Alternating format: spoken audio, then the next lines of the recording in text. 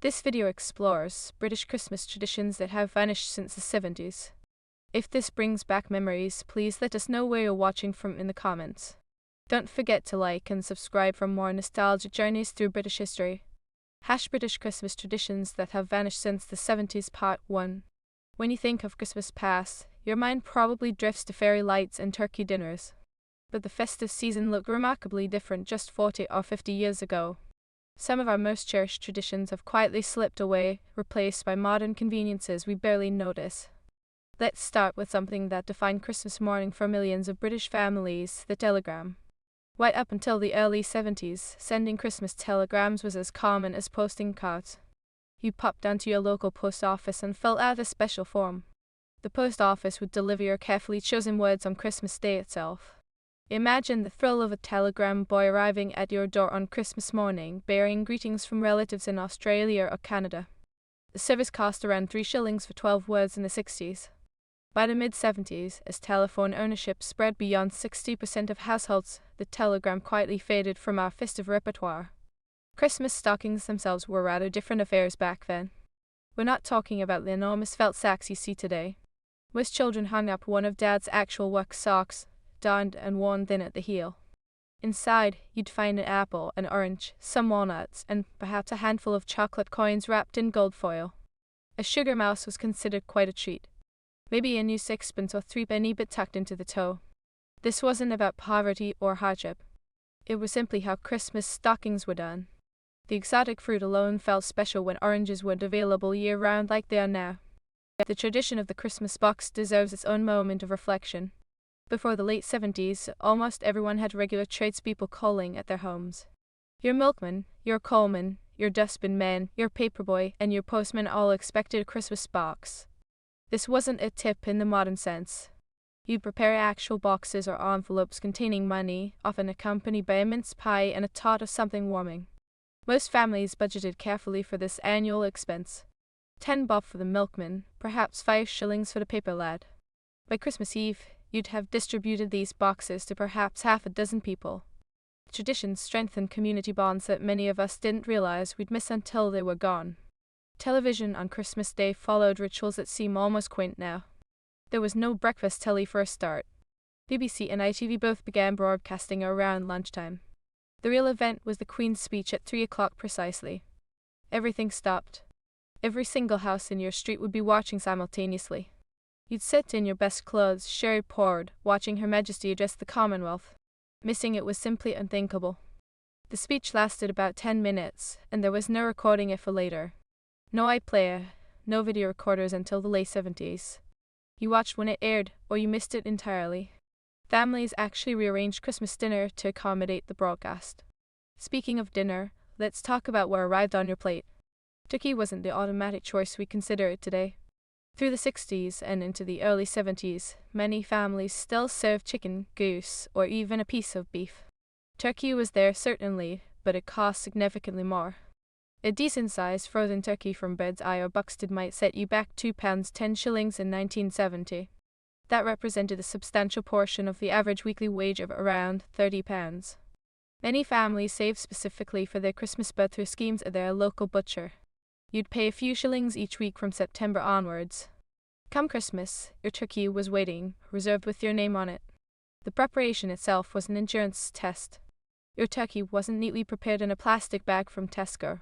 It arrived with its giblets in a paper parcel, often still slightly frozen solid on Christmas Eve. Defrosting meant leaving it in the outside toilet overnight or in the garage if you were fortunate enough to have one. Food safety regulations were rather more relaxed. Christmas morning began at some ungodly hour to get the bird in the oven. Most ovens were smaller than today's models. A large turkey barely fit, forcing you into complicated mathematical calculations about cooking times and temperatures. While that turkey roasted, filling the house with the smell we still associate with Christmas Day, families engaged in traditions that barely exist anymore. The Christmas jigsaw puzzle would be spread across the table, worked on by different family members throughout the day. These weren't the 500-piece affairs you finish in an evening. We're talking about proper 1,000-piece monsters, often depicting snowy Victorian scenes or carol singers. The same puzzle might appear year after year, becoming a familiar friend. Pieces would go missing, adding to the challenge. Board games ruled the afternoon and evening. After the dinner had been cleared and the washing up tackled, families gathered around games of Monopoly, Cluedo, or Tatopoly. These marathons could last for hours. Arguments about the rules were part of the festive tradition. Someone always accused someone else of cheating at Monopoly. The banker's role carried serious responsibility. The thimble and the top hat were highly contested playing pieces. But perhaps the most vanished tradition of all was the Christmas coal box queue. British Christmas traditions that have vanished since the 70s, Part 2. The red telephone box on Christmas afternoon represented something we've completely lost in our mobile phone age. If you wanted to wish your relatives a happy Christmas and they didn't live nearby, you joined the queue. By 2 o'clock, after dinner had been served, telephone boxes across Britain had lines stretching down the pavement. You wait your turn, clutching your pennies and shillings, watching the previous caller through the glass. 3 minutes cost about twopence for a local call in the early 70s. Long distance to Scotland or Cornwall could eat for a shilling before you barely said Happy Christmas. The operator would interrupt to ask you to insert more coins, her voice cutting across your conversation. Children were given strict instructions about what to say to make those precious minutes count. Thank you for the present. Yes, we're having a lovely day. Love to everyone. Then you'd be done, receiver replaced, joining the walk home past others still queuing patiently in their Christmas best. Christmas crackers themselves were rather more substantial affairs than the flimsy things we pull today. Tom Smith's crackers, invented in London back in the 1850s, still dominated the market through the 60s and 70s. A box of 6 decent crackers cost around 5 shillings in the late 60s. But these crackers contained proper gifts, not the plastic rubbish we've become accustomed to. You might find a tiny penknife, a proper metal puzzle, or a miniature sewing kit actually useful for repairs. The jokes were equally dreadful, mind you. Some traditions remained mercifully unchanged. The paper hats were thicker too, proper tissue paper that actually stayed on your head throughout dinner. Wearing your cracker hat wasn't optional. Even Grandad would spot his purple paper crown while tackling his Christmas pudding. That Christmas pudding deserves its own recognition as a vanishing tradition. Not the pudding itself, which still appears on some tables. We're talking about the ritual of making it. Stir-up Sunday, the last Sunday before Advent, was when families gathered to make their Christmas pudding. Everyone took turns stirring the mixture, making a wish as they stirred clockwise. The ingredients were eye-watering. You needed suet from your butcher, candied peel that came in large chunks requiring chopping, and muscatel raisins that cost a small fortune. Breadcrumbs, dark brown sugar, mixed spice that filled the kitchen with scent. Each family member stirred and wished. The mixture went into a pudding basin, covered with greaseproof paper and muslin, then steamed for hours. Some families made several puddings in November, storing them to mature. Come Christmas Day, you steamed it again for another 2 hours before serving. The serving itself was theater. Someone, usually Dad, would warm brandy in a ladle over the stove. The pudding emerged from its basin onto your best serving plate. A sprig of holly went on top, because every picture of Christmas pudding had holly. Then came the moment. The lights went off, the curtains drawn against the afternoon darkness. The brandy was lit, producing blue flames that danced across the pudding's dark surface. Everyone gasped appreciatively, even though you'd seen it every year since childhood. Hidden inside were silver 3-penny bits or sixpences, wrapped in greaseproof paper. Finding one meant good luck for the coming year. It also meant risking your teeth, which added to the excitement. The afternoon following dinner moved at a different pace entirely.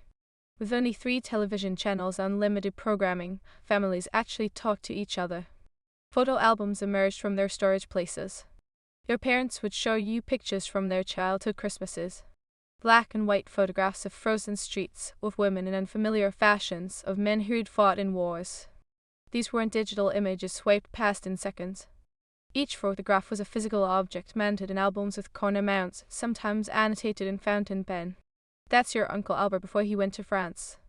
There's your grandmother outside the house in Steppe before the bombing. Christmas afternoon was when these stories got told, when family history was passed down.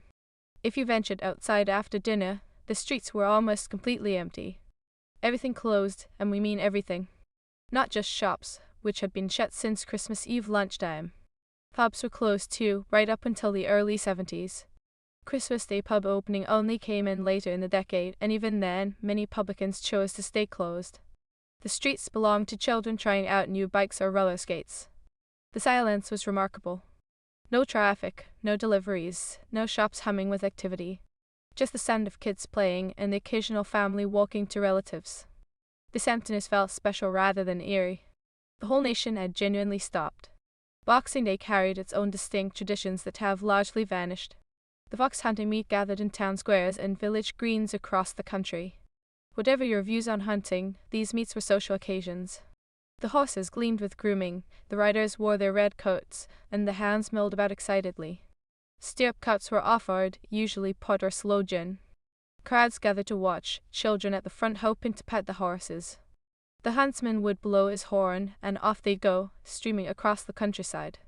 The meets continued until the hunting ban in 2005, but their social significance had already diminished by the 80s. The Christmas thank you letter represents perhaps the most labor-intensive vanished tradition. Throughout the week following Christmas, children across Britain sat at tables with writing paper and envelopes. You couldn't use the gift until you'd written to thank Auntie Jean for it. This wasn't optional. Your mother supervised, making sure your handwriting was neat and your gratitude sufficiently expressed. Thank you very much for the Lego set. I am enjoying building things with it. The weather here is very cold. Love from Timothy. Each relative who'd sent a gift required their own letter. You lick the stamps yourself, walking to the post box to send them. The tradition taught gratitude and letter-writing skills, though it felt like torture at the time. The Christmases we remember from the 70s and earlier weren't necessarily better than today's celebrations. They were simply different, built around limitations and rituals that gave the season its shape. We've traded queuing at telephone boxes for instant video calls. We exchanged laborious pudding-making for convenient shop-bought alternatives. But something intangible vanished with these traditions. Perhaps it was simply time itself, stretched out across days when nothing else competed for our attention.